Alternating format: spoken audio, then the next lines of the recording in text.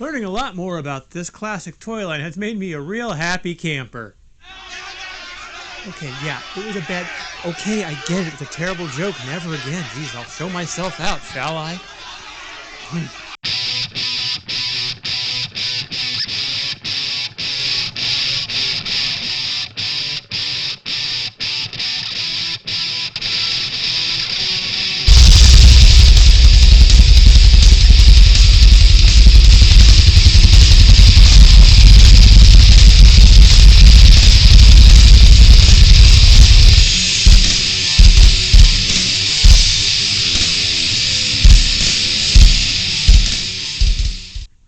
What's up, Internet? Jay here with Nerd Rage Against the Machine. Today we're going to talk about the history and the line of Kenner's Boy Scouts of America toy line, A.K.A. Steve Scout.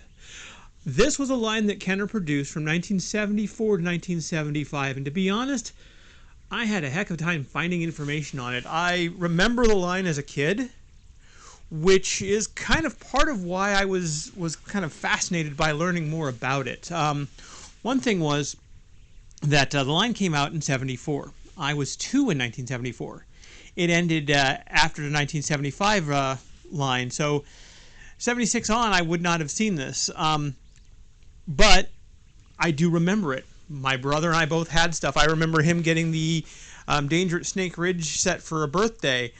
So how did this happen? Well, a lot of it goes back to the difference in timeline. Nowadays, when a toy line is done, it gets thrown off the shelves very quickly. Good case in point, if you go look at like Walmart or Target right now at Marvel Legends, you're going to find plenty of the Eternals. But Shang-Chi, not so much. Black Widow, even less so.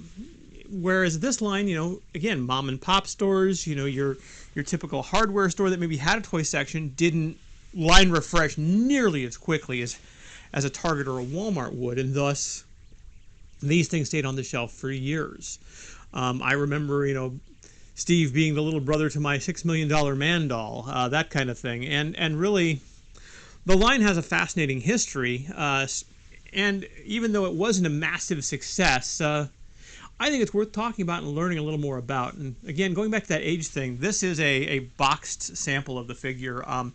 One of the most interesting things about the box, though, is there is no UPC code anywhere on the box. Now, again, compare that to today with our, again, Marvel Legends, G.I. Joe Classified, where, the back of the box is 99.9% multiple versions of everything in different languages. Don't chew on these parts in Arabic, or don't swallow these parts in Spanish, or what have you. And that's really where this line is very different. So with that in mind, let's delve a little into the history of Steve Scout. Before I do, though, a quick word of warning. I couldn't find a ton of stuff, so some of this may be conjecture, some of this may be rumor, some of this is an educated guess. If you know more, by all means, tell us. Either, make a comment or even make a video. I would love to see more content on this line, just because it is kind of an anomaly and something that I remember very fondly from my own childhood. So really, to tell the story of Steve Scout, though, we have to go back and tell the story of G.I. Joe. Not that one. That one, yeah. 1964, America's Movable Fighting Man. G.I. Joe was a real game changer when it came to the toy industry. Before children would play with plastic soldiers, and that would be, this kind of command and conquer level of play. I've got 50 guys, a couple of tanks, et cetera, that kind of thing.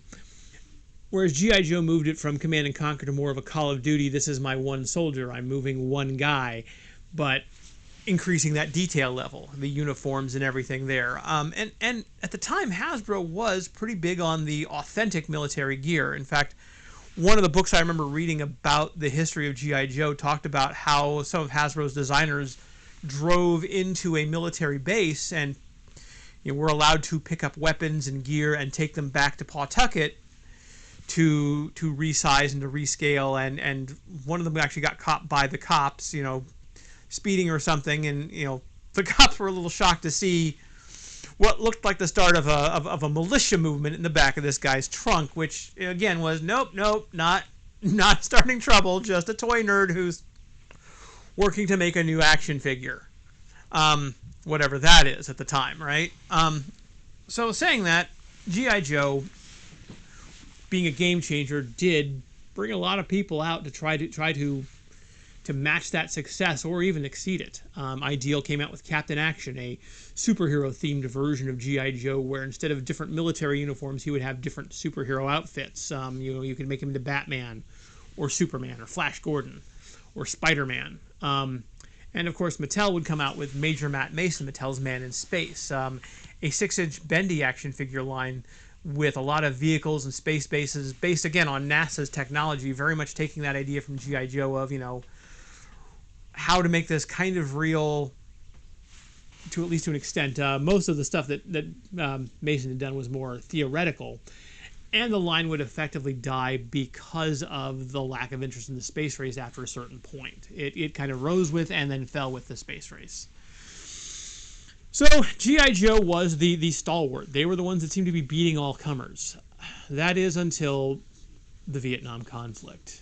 Now, I don't want to get into a political thing. I don't want you to think that I'm trying to be political on this channel. This is more about information than opinion.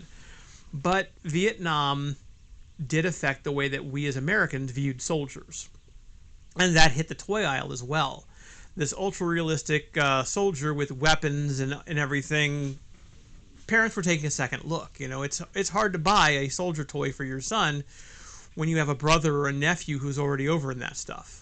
You may have a different opinion. And parent groups have always kind of had that fear of violent toys. We saw that with Turtles. We saw that with Power Rangers. There was parents talked about, "Ooh, this is too violent for my kid." So to that end, Mattel would then come out with Big Jim. Big Jim was a pretty good example of trying to sidestep the problems G.I. Joe was having at the time. And in doing so, they made what was effectively a male Barbie. Jim focused on sports. He was not a military man. Now, again, there are way bigger videos and way better videos on Big Jim's history, so I'm going to try to gloss over it as much as possible. But I know that there were, later on, there was some secret agent stuff that they did with Big Jim. But early on, he was pretty much your non-military man of adventure, man of action. Well, so we had these two lines that were, again, kind of Nintendo and Sega of their time, if you will, Coke or Pepsi, and everyone wanted a piece. Well, Kenner's thought was to kind of split the difference here. In 1974, they would release Steve Scout. Steve Scout, being a member of the Boy Scouts of America, is wholesome, is very much patriotic. This is not a deviant of any kind. At the same time, the line is more pacifistic. There weren't any guns produced for this line, just by the very nature. Yes, there are hatchets, there are chainsaws and things like that, but again, these are things that were used more realistically as tools for scouts, not, weapons of destruction, if you will. You're not playing, Steve Scout Axe Murderer, if you will. Which was Kenner's real idea for this line is, kind of a split the difference. A G.I. Joe meets Big Jim. And they did a good job with it. There are 5 figures in the line. So if you're looking at collecting this, it sounds like a small amount. But like anything else, it's all about the levels of rarity. Steve is the easiest to get. As you see, I have 3 of them here. This one in box and the 2 outside of the box. Bob is probably the next easiest to get. And Bob is basically Steve's African-American friend. There's a little Boy Scout salute there, if you can see that. These figures are not too bad. I think I paid about 20 to 30 a piece for each one, roughly. They do come with the uniforms. No real accessories beyond that.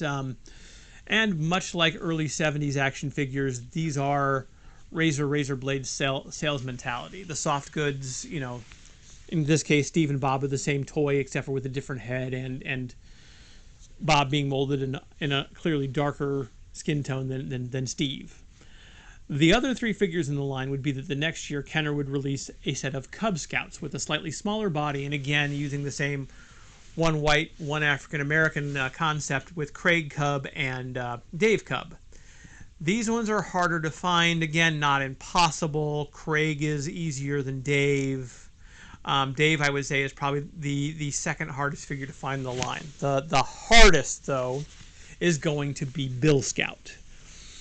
I've seen one Bill Scout on eBay as of this recording. It was going for about $250. And the reason for that is because Bill is a mail away only. If we look at the packaging that the Steve Scout would have come in, there are a set of stars on the bottom here, what they call adventure stars. These would have been collected and sent off for mail-aways. 25 stars would get you Bill. Bill is basically a repaint of Steve Scout with blonde hair and a totally different uniform. Specifically, it was a t-shirt, cargo shorts, and sneakers look that, again, is meant to be more the camping outfit for the Scouts. To that end, as it being a razor blade razor line, a lot of what was really sold in this line was those accessory packs. You know, things that were maybe not requiring so much tooling or requiring tooling, but, you know, once you had these action figures, you were going to want all the accessories. Things like metal detectors, rappelling rope sets, etc., etc. There was adventure sets. Each adventure set would also come with a comic book that would kind of lead you through an adventure. There was a hang glider, a hot air balloon, a high adventure scouting base, which was a big tower a la the G.I. Joe one, and the Pathfinder Jeep, probably, again, a crown jewel in any collection of this, which is a yellow Jeep with a trailer and a canoe, tire up front. It, very cool, but very weird considering the fact that, you know, Steve's probably not old enough to drive. Now, saying that, this is a packaged example of Steve. I don't have the inserts, but it's a good example of what would normally come in a box. So again, we'll open this up, and you'll see that, again, we have our typical Steve Scout. Apologies. One thing you will find if you do collect this line, or if you look at this line, is that the heads get loose, and in rough play, they're probably the first part to go. I found a lot of headless Steves online. The figure itself comes with, besides the inserts, there is a sticker set. Somehow decided to get stuck in here, so that you can customize your Steve Scout. This little mimeographed notice about the mail-in offer, and then a booklet called Scouting and You, which again is your, you know, tells you about the toy, tells you about scouting and why it's a great thing, and even walks you through, of course, trying to sell you some of those amazing adventure kits that are coming in the future or already here. So with this in mind, one might ask why this line didn't really succeed as well as expected. And the consensus seems to be the fact that this toy was aimed at kids who were close to this age. Therefore, they could experience scouting for real life, which means that either A, you know, playing with toy scouts when you could be a real scout seemed less appealing, or B, they, you know, that familiarity breeds contempt, you know. Seeing all these high adventure things that Steve Scout did and then being a scout yourself might be a little less exciting, you know, much like, say, the reason that you don't see G.I. Joe KP accessory sets or G.I. Joe cleaning the latrine accessory sets, you know. But a night landing, hell yeah, that's awesome. Same thing's true here. There's no, you know, toiling away at building a pine car derby or collecting litter on the highway to get a merit badge sets, but there are, you know, danger at Snake River or hunt for the Spanish doubloons. It's the same thing here. The one other weird thing to bring up about this line is I did find, looking through the internet, that there was an Italian company named Furga that did resell most of this line under the name A.K.A. Mike. The Mike dolls look like they're this. In fact, I thought maybe it was just a reuse of those accessories until I looked closer. One of Steve's trademarks and Bob's trademarks is that their right hand is in a position to make a Boy Scout salute. which so was OK Mike, which makes me think really what Furga did was they simply changed the soft goods to be more of red and blue jumpsuits, more like Steve Austin, and remolded the head to look more mature because, well, all the Scouts have a pretty baby-faced look. But this line sold in Italy. There should be some images on the screen as I'm talking about this. All in all, this is an interesting line to collect, especially as it is kind of a good example of how action figures have changed. Thinking about this and thinking more about that soft goods mentality that was big in the 70s, I really do think that, to use a video game analogy, it's kind of like the 16-bit, 8-bit era versus the 32-bit era, with Star Wars being kind of the herald of that new era. In this era, we had, again, the single figure versus the smaller figure where you could kind of split the difference between toy soldiers and a doll. Where you'd have all these accessories and all these vehicles to make up the line, but characters as well. And Steve is definitely a relic of an earlier, simpler, more innocent time, if you will. It is a very cool line if you like the soft good stuff. They are fairly durable. As I said, the heads do tend to snap off. In fact, this guy right here, this Steve, is one where I got him headless. He's actually one that came with the packaging. So I got the packaging and the headless Steve for a pretty good price because of it. And a little bit of CA glue or Plastaweld, as long as you're accurate with it, he still moves and looks good. And still, is a pretty solid display piece. So that's really what I have on the line. Do you remember this line as a kid? If so, yeah, you're ancient. I know I am too. But what are your fond memories about it? Let's talk about it in the comments. And if you have more information on the history or the background, love to hear that too. And so, yeah. In the meantime, I guess, thank you all for viewing and happy playing.